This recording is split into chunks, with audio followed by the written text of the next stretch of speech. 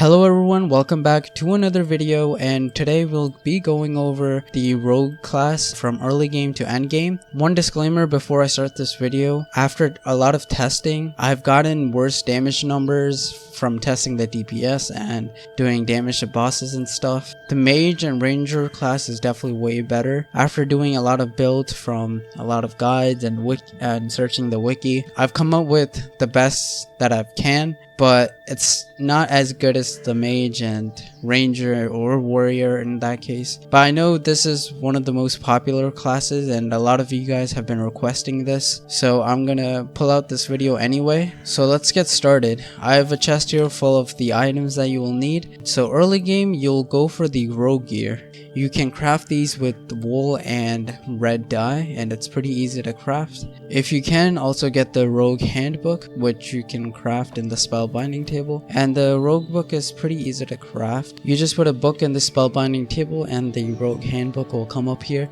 and then you get that. And after you surround your spellbinding table with bookshelves, you can get better spells. So for example, I can get slice and dice, shock powder, shadow step, vanish, and these are all spells you can get. Next up, you want to get, for accessories, you want to get ruby rings, 2 of them, 1 ruby necklace, and a diamond sword, and that's pretty much going to be your early game gear. For early mid game, you want to go for the assassin's mask, and another reason why rogue is harder to do is because you want to get rabbit hide, and this is pretty hard to get. You know, you would have to find rabbits and try to get a looting sword so you can get the rabbit hides. But yeah, it's really not fun to get this stuff, which is another reason why rogue is not that great in my opinion. So, and then you want to keep using the rogue handbook pretty much all throughout early game to end game. For your accessories, you can go for netherite ruby ring, 2 of them, and 1 netherite ruby necklace, and you can go for pretty much any weapon at this point. You can go for either the backstabber, Emberlash. The backstabber you would have to go to the end, so maybe don't go for that yet. To get the Emberlash, it's mainly a loot drop from chests. So as you can see, you can get it from any drops, as from houses or dungeons or ancient cities. But yeah, it's kind of rare, but you can get it. If you do get a containment remnant, you can put this in your inventory and alongside a runic tablet, so one of these. And if you put these 2 in your inventory and open chest in end dimension, there is a higher chance of getting weapons from the Simply mod. So yeah, you can go for keep on using the diamond sword if you want, or a better sword like a netherite sword or something, but these simply swords are really good to increase your damage. Now let's move on to later mid game. So for that, you want to get the netherite assassin's gear, and remember, you should reforge your assassin's armor to legendary, epic, or mythic first, and then upgrade to netherite. That way it will keep the reforges and enchantments. So remember to reforge during your assassin's gear first. But yeah, for later endgame, you want to get the entire netherite assassin set, and then keep on using the rogue handbook. For your accessories, you can keep on using the netherite stuff unless you go to the end dimension, then you can get the ring of furies or the ring of torture.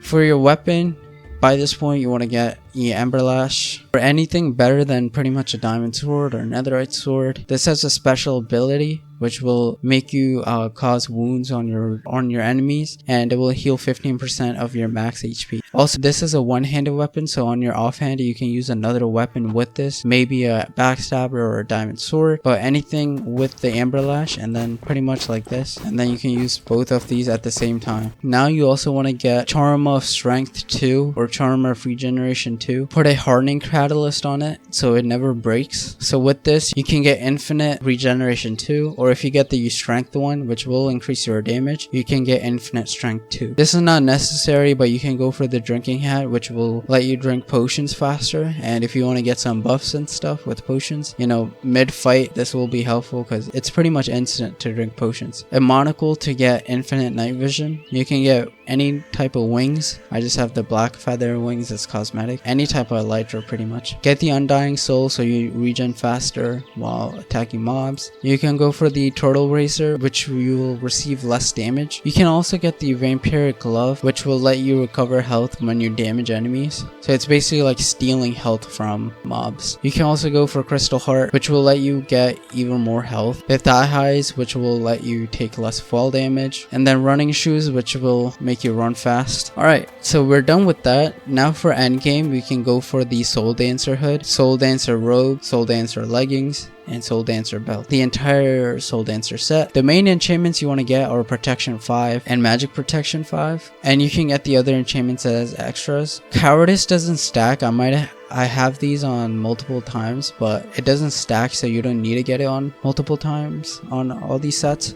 You can get Thorns 3, Multi-Roll, Frenzied. Multi-Roll doesn't stack either. I have it on multiple pieces, but you don't need it. But yeah, let's put these on. Keep on using the Rogue Handbook. Ring of Fury, 2 of them. Amulet of Torture.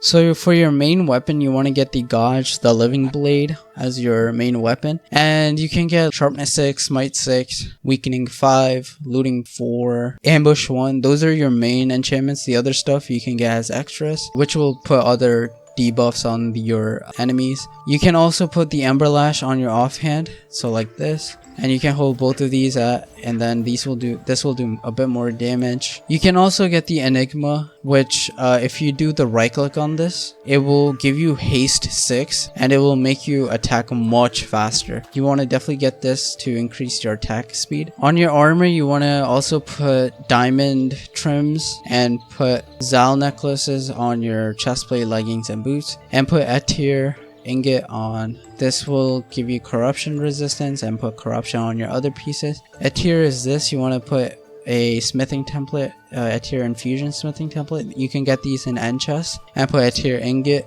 on your helmet. And then for your Zal necklaces, this is what Zal is. So put Zal necklaces on your chest plate and leggings, boots, and put corruption smithing template on the anvil. So you can also put nether fused gems on your weapon. If you don't know how to use these, you just left click it onto your weapon. And you want to get might, which will give you a bit more strength. Mighty or War Standard is good. Put on the weapons. If you hold out your Dreadtide, it will give you Void Cloak, and you want to get up to Void Cloak 5. Right click, and then you will do a bit more damage. You can also get Ribboncleaver, which will give you 95% more damage on your next hit, and will also make you dodge. So basically like this, you can use this for rolls and dodging like this, and it's really good. Another weapon option is the Fury of Thousand Fists, like this. You can use both of these together, but after testing the damage of all of these, the Ghaj weapon is the best one, so just use this. For your talent tree, you want to follow this path. You want to get the Rogue's path, follow down this way, get all the physical damage nodes that you can, follow down this path, get the Shadow Techniques one, get Cyclonic Cleave, and you can also go up here to get the physical damage nodes that are up there. And for your leftover nodes, you can get the haste ones, but this is the general path that you want to follow. For your weapon, you want to go get the physical damage ones. For your weapon, you want to get the physical damage nodes and follow this path.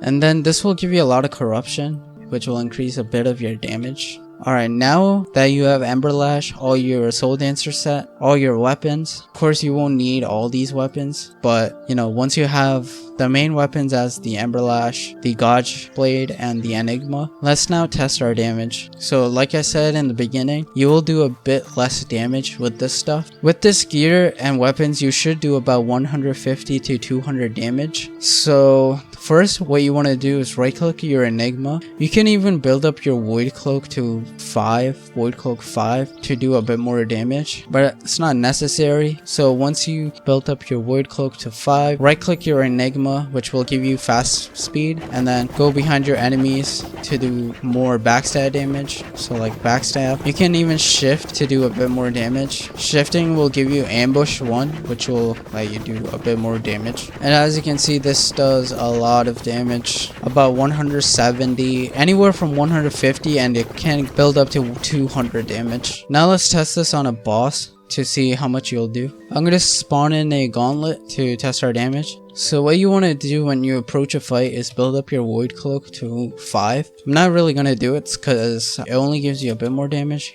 It's not necessary. So right click your Dreadtide, then right click your Enigma. It will pull in your enemies, and you can see it's just melting this gauntlet right now.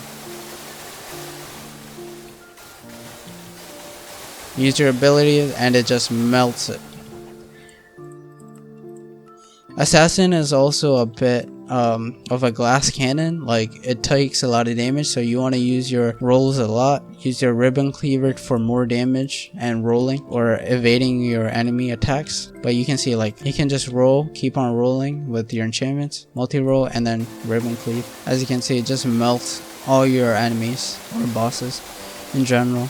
I know this guide was a bit on the quicker side and has less editing, but I wanted to get this video out as soon as possible because a lot of people have been requesting this guide, so I wanted to get this out as soon as possible. I've been also a bit busy with work and life, so that's why this production of this video is a bit less and quicker. But nonetheless, I hope you guys enjoyed the video, and I hope you guys found this guide useful. And if you guys enjoyed, please subscribe. I'm trying to reach 1,000 subscribers, so please help me reach that goal. Anyways, see you guys in the next one. Peace!